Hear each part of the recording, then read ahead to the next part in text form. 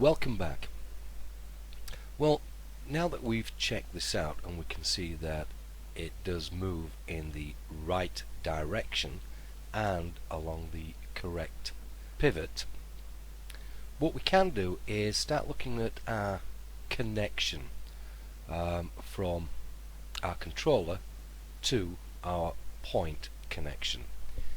Now we do this by, first of all, we need to deselect this and select our control curve. So let's select that. Now, popping up to animation, what I want to look for is wire parameters, and here it is, wire parameters there, and you'll see that the hotkey is Control 5. So let's select our wire parameters. Now it's pulled it up over here because our control curve actually extends down that way. But let's have a look here. Well, we could be forgiven for thinking, well, we want to look at the rotation, but we don't. What we need to do is actually come down to the modified objects and attribute holder. We're looking at custom attributes, and in this case what I'm looking for is the aileron port. So that's the controller there, so let's select that first of all. Now if I come into the viewfinder, you can see that I've got a dotted or rubber band, and that's saying, well, what do you want to pick? What I'm going to pick is this here. It is the point connect aileron port.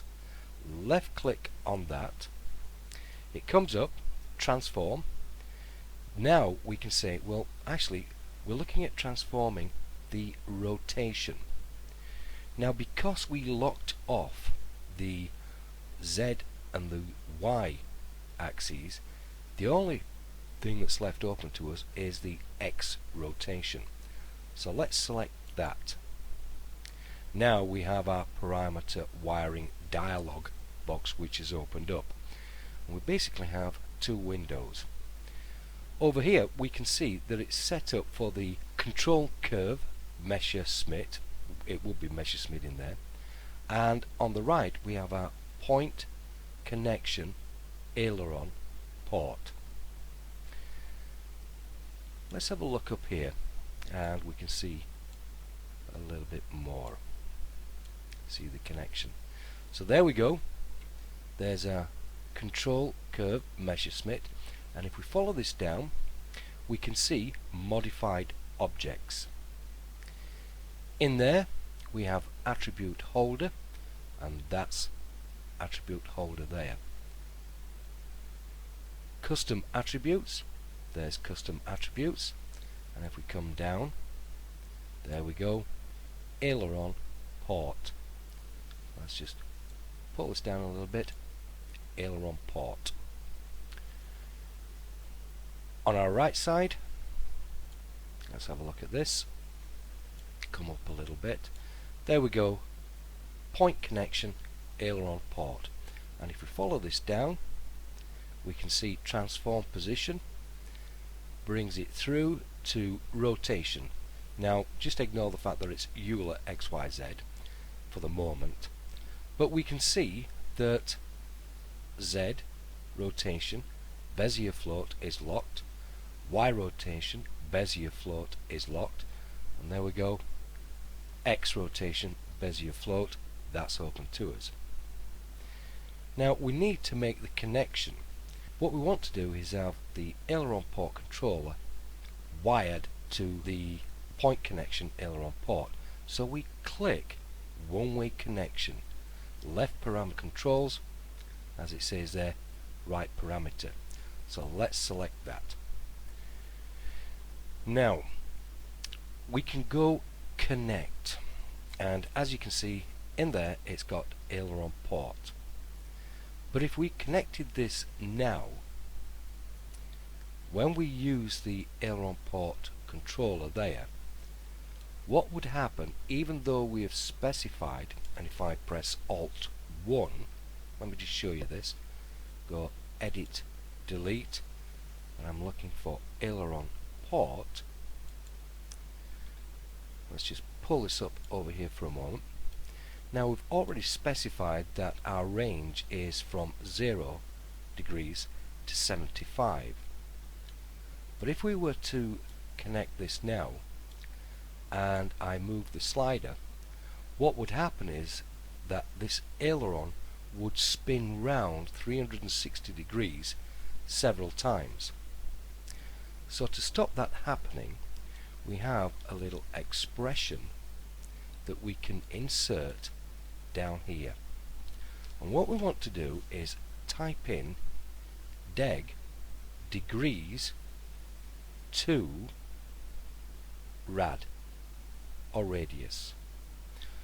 We're going to now put in an open parenthesis, pop onto the end, and now finish it off with a close parenthesis. Once we've done that, we can go connect. You can now see that it's turned green here, and this is letting us know that this is the controller, and here it's turned red, and it's also got float wire. So we can now close that down. Okay, so we'll keep the parameter editor open for a moment, because if we now go to the aileron port and I start moving it, you can see it goes down from 0 to 75 degrees.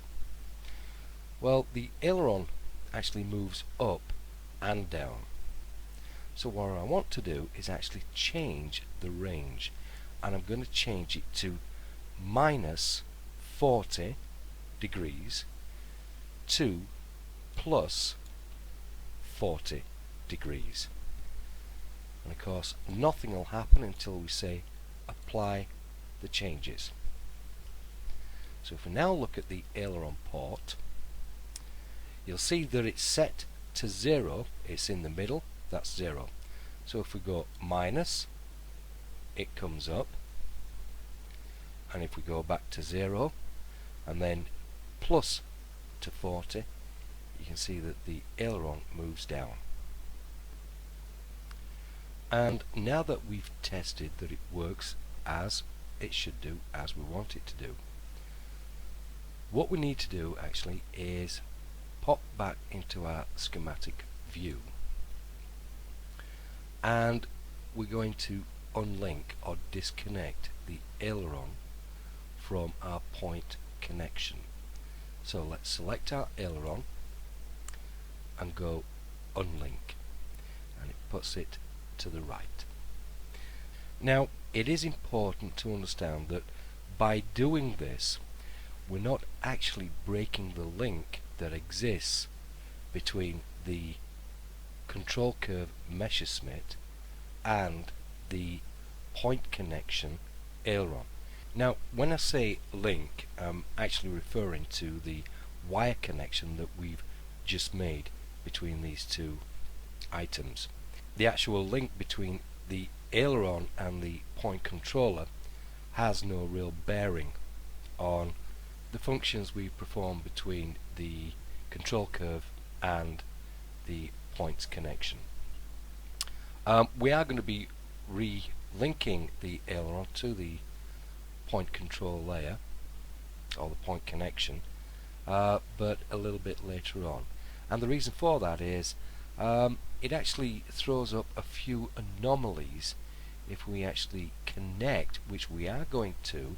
We're going to be connecting our point controllers to our fuselage and our wing. Now if we do that, and I will give you a demonstration later on, but if we do make those connections and we have our aileron linked at the same time, it really does throw up some anomalies. So this is one way to avoid those. I'll explain when the time arrives. Yes, I know it's all about as clear as mud, but as laborious as it is, we're going to be going through this for each of our controllers and our point connections, so by the end of it you'll be quite familiar. Right, well, let's now close this down, and we can close our parameters editor down, and mindful of the time, I think we'll call that it for this session, and I'll catch you later.